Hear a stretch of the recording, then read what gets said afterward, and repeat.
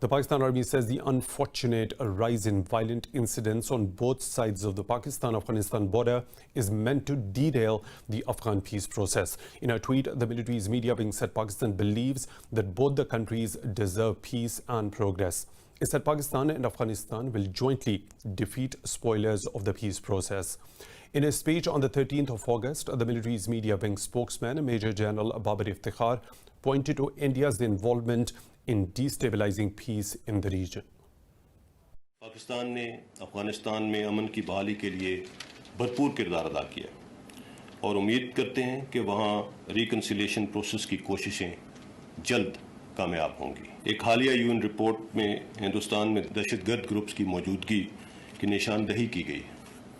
हिंदुस्तान इन दहशतगर्द groups को हमसाया ममालिक बिलखसूस पाकिस्तान के खिलाफ और खित्ते में अदम इस्तेहकाम के लिए इस्तेमाल कर रहा है। For more on this, we are joined by former diplomat Mr. Salman Bashir. Thank you for your time at Indus News. Pointing to India's negative role in Afghanistan, Pakistan has repeatedly warned against spoilers of the peace process. Today, Foreign Minister Shah Mahmood Qureshi brought the attention of the Shanghai Cooperation Organization towards the issue.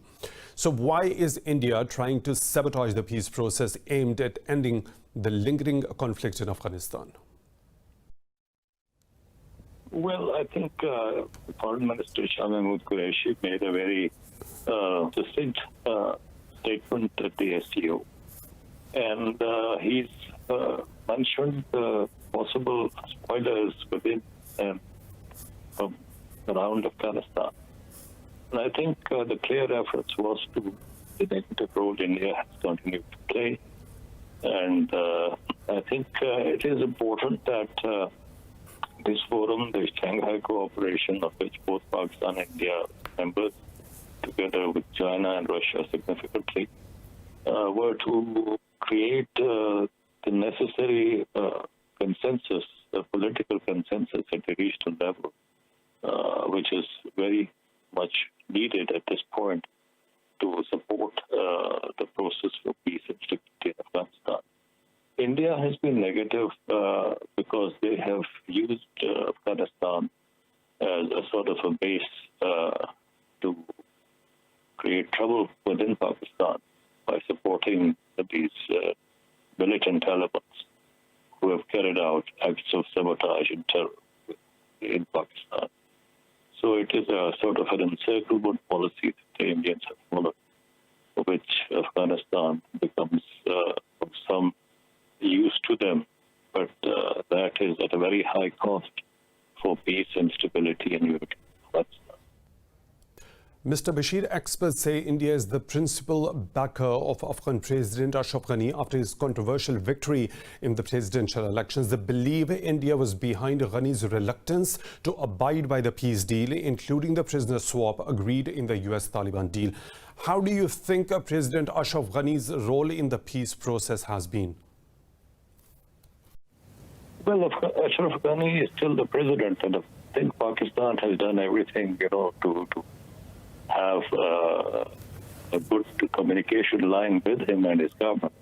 But of course, objectively speaking, I think the problem is that Ashraf Ghani and others stand to lose a lot if there is eventually some sort of an agreement for peace which is broad-based. So those who have been in power in Afghanistan are seen as possible spoilers, so to say. I think there are irritants between Ashraf Ghani and Mr. Abdullah, and but that is the fact, that is the reality of politics of the day in Afghanistan. But as I see it, there is a bigger question. Afghanistan has been a broken country for decades now. The question is it possible to mend it? And if so, then what is the best way, especially for the region and the immediate neighbors? So I think we have a lot at stake in terms of stability in Afghanistan.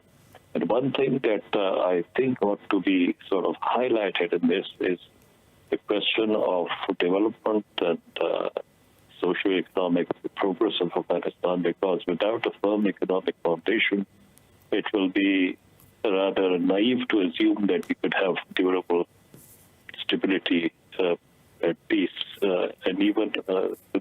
negotiations for a political settlement must have some sort of economic base. So I hope that aspect will also receive some attention at TSCO. So what are the options left with Pakistan and the other facilitators of the peace process if India continues to play its negative role in Afghanistan? Well, actually, you see, if you are bent on playing a negative role, then at the end you yourself get hurt.